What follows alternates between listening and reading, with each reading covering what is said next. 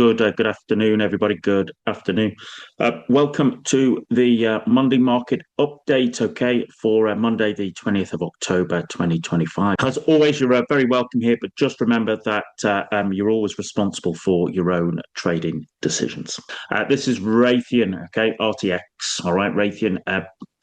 Builders of missiles, all right, basically Patriot missiles, I think, Sidewinder missiles, AMRAAM missiles. Okay, if you want a missile, you're pretty much buying it from Raytheon. Okay, and they do other things, but that's what they're always known as.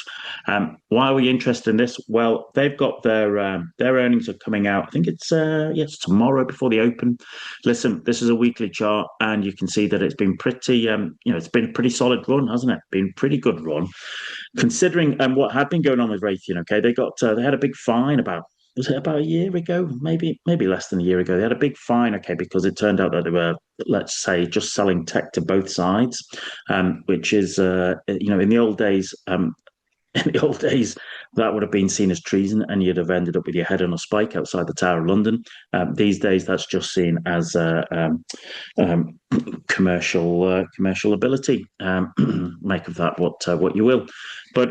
Anyway, despite that, Raytheon has continued to sort of drift its way higher. Well, not drift, it's actually driven itself quite nicely. But I'm interested that, as I said, we've got earnings tomorrow, but actually just look at what we printed, okay, last week there, okay? We printed there, a really big bearish engulfing candle, key reversal candle.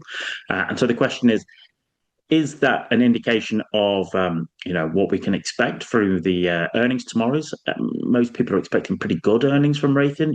Turns out that wars are good if you're the company selling lots of missiles through it. Or is this just more a case of a little bit of an overall, let's say, an overall bearishness that's weighing on an awful lot of aviation and aerospace and defence stocks, which we're going to look at a bit more in this sector. So my view would be that if Raytheon's numbers are good, it would not surprise me for us to get a little bit of a bump there. But what I'll be looking for is the kind of overall market sentiment, overall sentiment of aerospace and defence companies, because of course what we also have is Trump having having established a version of peace in Gaza. All right, that can change and has been.